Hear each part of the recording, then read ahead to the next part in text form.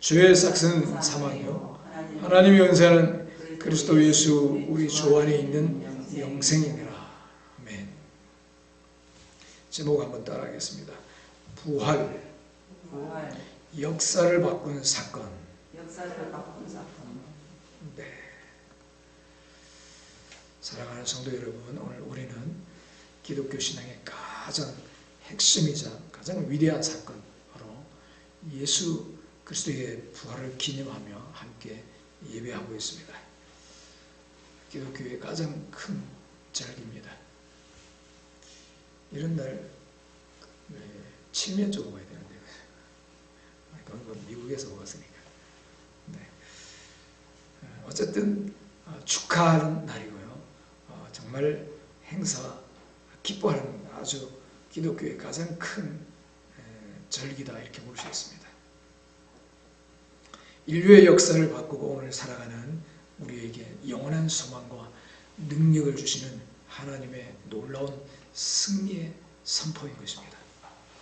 어떤 사람들은 묻습니다. 2000년 전의 사건이 정말 오늘 나와 상관이 있는가? 부활을 어떻게 믿을 수 있는가? 여러분, 사람들이 여러분에게 부활 진짜 맞아요? 하고 묻는다면 뭐라고 대답하시겠습니까? 여러분의 자녀들이 부활 정말이에요? 묻는다면 다른 종교와 기독교의 차이가 뭘까요? 사람들은 다 그렇게 얘기합니다. 에이, 다 그거 뭐 착하게 살라고 하는 거 아니냐? 좋은 말 아니냐? 그죠? 어떤 사람들은 그냥 그래서 교회 자녀들을 보냅니다. 가면 뭐 나쁜 말 하겠나? 좋은 말 가르치겠지. 근데 기독교는 단지 그냥 일반 종교처럼 착하게 살라, 또 좋은 이야기 하는 게 아닙니다. 그거는 누구나 할 수 있습니다. 어떤 면에서는. 그렇죠? 착한 말, 좋은 말, 멋있는 말, 누구나 할 수 있는 거죠. 중요한 거는요, 능력이라는 것입니다. 능력. 실제 능력이 있어야 된다. 실제가 있어야 된다는 거죠. 그 실제는 뭘까요?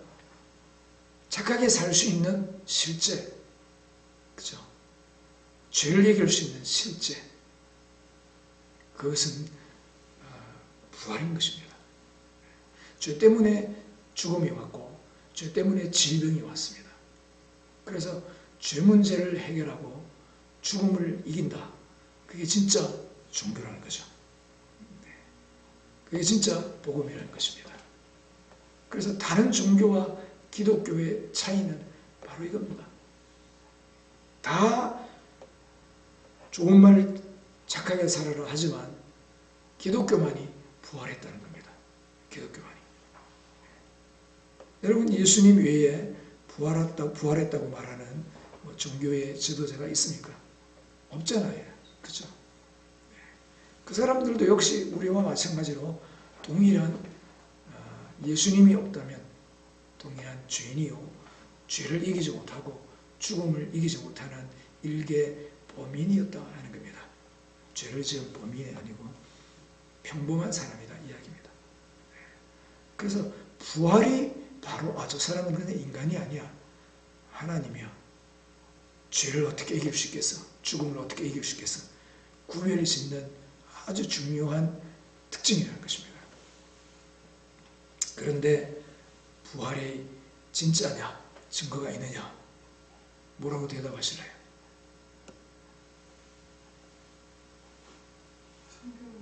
성경에 있다.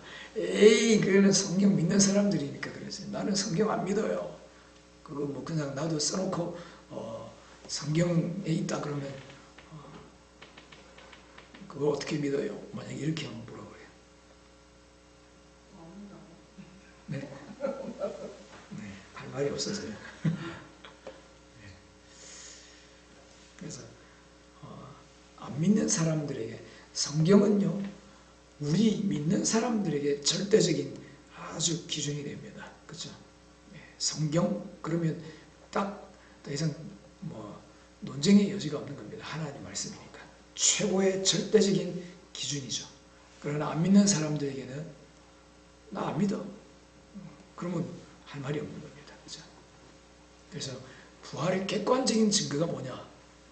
안 믿는 사람들도 인정할 수밖에 없는 객관적인 증거를 이야기할 수 있어야 된다는 겁니다. 예수님의 부활은요, 꾸며낸 신화가 아닙니다. 역사 속에서 그 증거를 찾아볼 수 있습니다. 첫 번째, 빈 무덤입니다. 빈 무덤. 그 당시 무덤은 바위를 판 돌무덤이었습니다. 예수님의 시신은 로마 군인들의 삼엄한 경비 아래 지켜졌습니다. 그래서 도망갈 수도 없는 상황이었어요. 돌무덤, 돌바위로 꽉 막아놨죠. 경비병들이 지키고 있었죠. 만약에 예수님이 기절했다가 십자가에 달려서 기절했다가 정신 차리고 도망갔다, 불가능한 겁니다. 멀쩡한 사람도 못 가는 그런 상황이고, 그리고 분명히 로마 군인이요, 죽었는지 살았는지 기절했는지 확인 사살까지 했어요. 그게 뭐였죠? 네, 맞아요. 나중에 1달란트 드릴게요. 옆구리에 창을 찔러가지고 푹 찔렀는데 물과 피가 나왔어요. 살아있으면, 아직 살아있으면 심장이 뛰면 피가 나오겠죠. 죽었기 때문에요, 물과 피가 분리돼서 나왔어요. 그래서 한두 번 십자가형을 이렇게 진행시키지 않았기 때문에 딱 보면 안다는 거죠. 그래서 뼈를 일부러 안 꺾었어요. 딱 창으로 찔러가지고 죽었네 확인을 했기 때문에. 그래서 예수님은 이미 돌아가셨다는 겁니다. 그런 분이 돌무덤을 밀고 그리고 경비병을 해치고 도망갈 수 없다는 거죠. 그런데 이 돌아가시고 사흘 만에 여인들이, 예수님의 제자들이요, 찾아가서 보니까 예수님은 안 계셨어요. 무덤 문은 열려있고 시신은 사라진 겁니다.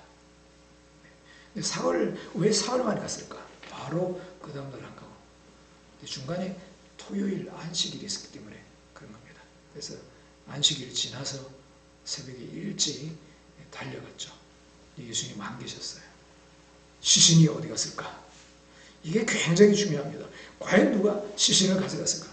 만약 제자들이 시신을 훔쳤다 한다면 왜 목숨 걸고 부활을 외칠까 하는 겁니다.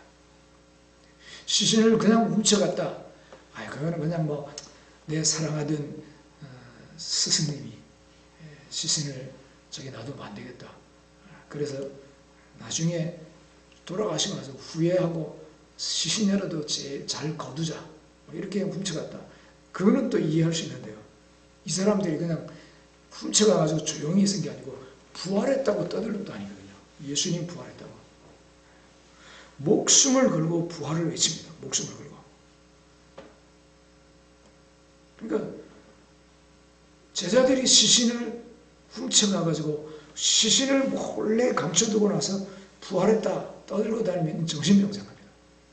그러니까 제자들은 시신을 훔쳐가지 않았다는 거죠. 그러면 종교 지도자들이나 로마 당국이 시신을 옮겼을까? 아니라는 거죠. 왜냐?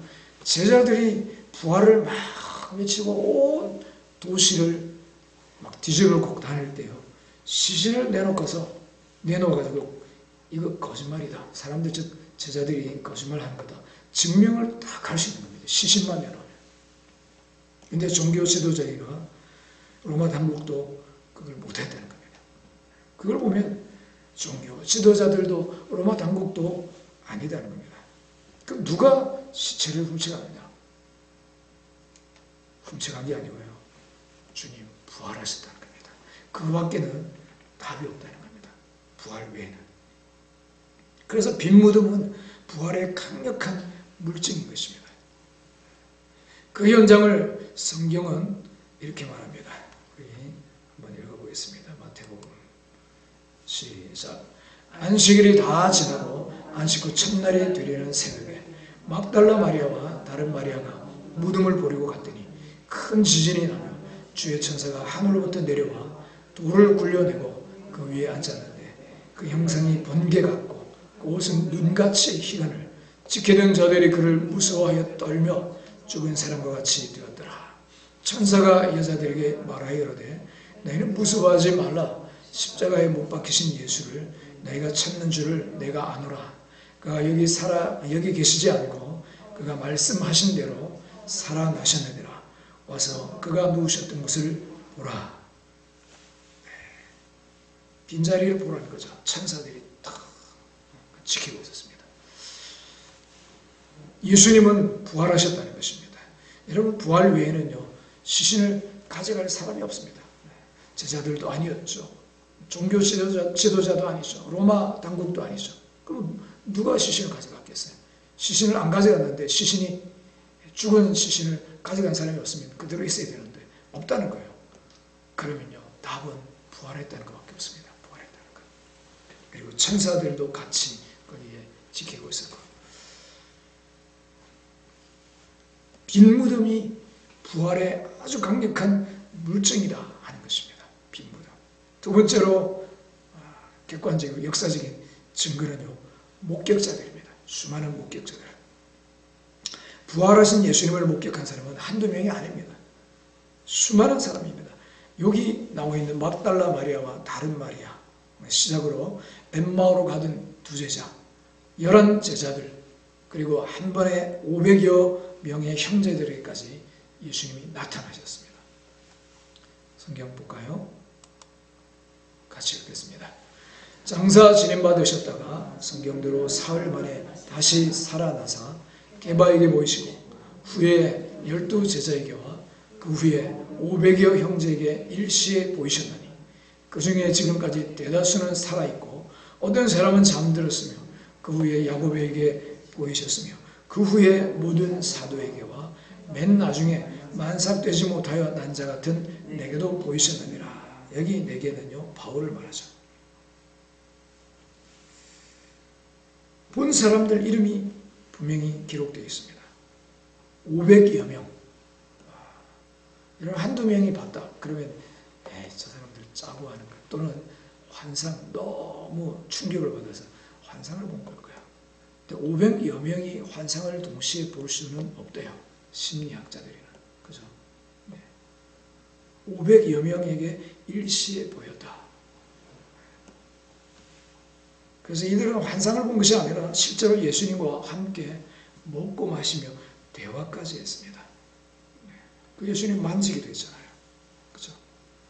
그냥 본 것만 아니라. 이 목격자들의 증언은 초대 교회의 폭발적인 성장의 기초가 됩니다. 그래서 예수님이 부활한 증거가 뭐냐? 목격자들이 많다는 거예요. 목격자들이. 세 번째로 예수님이 부활한 증거는 제자들의 변화입니다. 제자들의 변화. 예수님께서 십자가에 못 박힐 때 제자들은 두려움에 사로잡혀 도망가고 숨어버립니다. 모든 희망이 사라진 듯 보입니다. 그러나 부활하신 예수님을 만난 후 그들은 완전히 다른 사람으로 변화됩니다. 죽음의 위협 앞에서도 담대하게 부활의 복음을 외치고 순교하기까지 믿음을 지킵니다. 어떻게 이렇게 변할 수 있나? 그렇게 두려워하고 도망다니던 제자들이 나중에는 순교한다는 겁니다. 무엇이 그들을 이토록 극적으로 변화시켰을까? 바로 부활하신 주님을 만난 생생한 체험 외에는 설명할 길이 없습니다. 살아있을 때도 너희들 같은 편이지, 너도 죽어. 그러니까 도망갔는데 죽고 났는데, 그죠? 에휴, 이제 죽었는데 끝이네. 그죠? 저 예수님처럼, 스승님처럼 우리도 죽을 거 아니야. 이러고 겁이 나서 계속 그게 마땅한데, 당연한데. 시체 갖다 놓고 예수님은, 스승님은 죽었는데 살아나지를 못했는데 우리는 부활할 거야. 그는 부활했어. 우리도 부활할 거야. 이러면서 떠들고 다닌다면 이건 완전히 정상이 아닌 겁니다. 그렇죠? 부활했기 때문에 그게 가능한 겁니다. 부활했기 때문에. 제자들의 극적인 변화. 이거는 부활 외에는 설명할 수가 없다는 겁니다. 마지막 초대교회의 성장과 예배 날의 변경입니다. 이것이 부활의 증거입니다.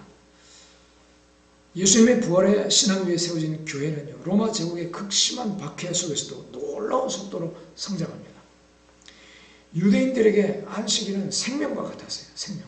근데 안식일 날 예배 드리는 게 아니고 그 안식일이 지나서 부활한 날, 일요일, 주일로 바뀌죠. 주일에 예배를 드린다. 부활을 기념해서. 그게 바로 부활을 증거하는 강력한 증거라는 겁니다. 이처럼 부활은 역사적 증거들로 뒷받침되는 명백한 사실입니다. 부활의 증거 뭐가 있다 했죠? 빈무덤. 누구도 가져간 사람이 없다는 거예요. 시체를 가져가서는요, 제자들이 부활했다고 말을 할 수가 없는 겁니다.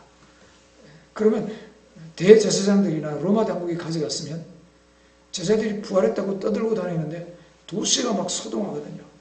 안 그래도 그보다 더 소동하기 전에 로마가 이 이스라엘을 해칠까봐 예수님 죽인 거거든요. 종교 지도자들이. 근데 그보다 더 도시가 뒤집어졌거든요. 제자들이 성령 받고 나서 전도하니까 한꺼번에 3,000명, 5,000명. 여러분 이 숫자는요, 거의 여자아들 숫자, 어린아이, 노인 이런 숫자를 뺀 숫자이기 때문에 2만 명에 가깝다고 그러셨습니다.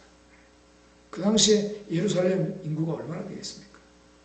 거의 뭐 절반 넘게 예수님 믿었다 이렇게 보시는 겁니다. 부활했다는 소식 듣고요, 이 물금이 완전히 뒤집어진 겁니다. 모든 사람들의 초미의 관심사는 부활이었다는 겁니다. 예수님 살아있을 때보다 더 거기에 집중이 되어버린 거예요. 그러면 종교 지도자들이 간단하게 정리하는 거는 부활 안 했어. 괜찮아. 그냥 헛소리야 하면서 시체 탁 꺼내서 보이는 거예요. 못했다는 거예요. 왜 그랬을까요? 종교 지도자들이나 로마 당국에서 시체를 가져간 것도 아니라는 겁니다. 가져갈 사람이 없는 거죠. 그럼 어디 갔냐? 부활밖에 답이 없다는 겁니다. 그리고 많은 목격자들, 많은 사람들이 봤다고. 그 성경에만 기록된 게 아니고요, 역사가인 요세푸스라고 하는 사람이 쓴 책에도 기록이 되어 있습니다. 그거는 성경은 아닌데 일반 역사책인데요, 그 책에도 이런 내용들이 기록이 되어 있습니다.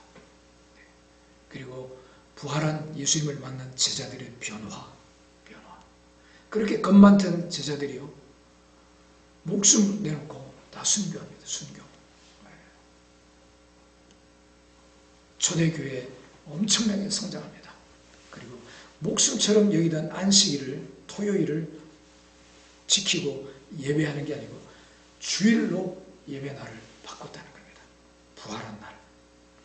이것이 부활의 증거다 하는 것입니다. 자, 그렇다면 부활의 의미는 뭘까? 2000년이 지난 오늘 우리에게 어떤 의미가 있을까? 첫 번째, 예수님이 하나님의 아들이다 하는 확증이라는 거죠. 부활은 예수님께서 단지 인간이 아닌 하나님의 아들이고 우리의 구원자다 하는 가장 확실한 증거라는 겁니다. 성경 보겠습니다. 로마서 1장.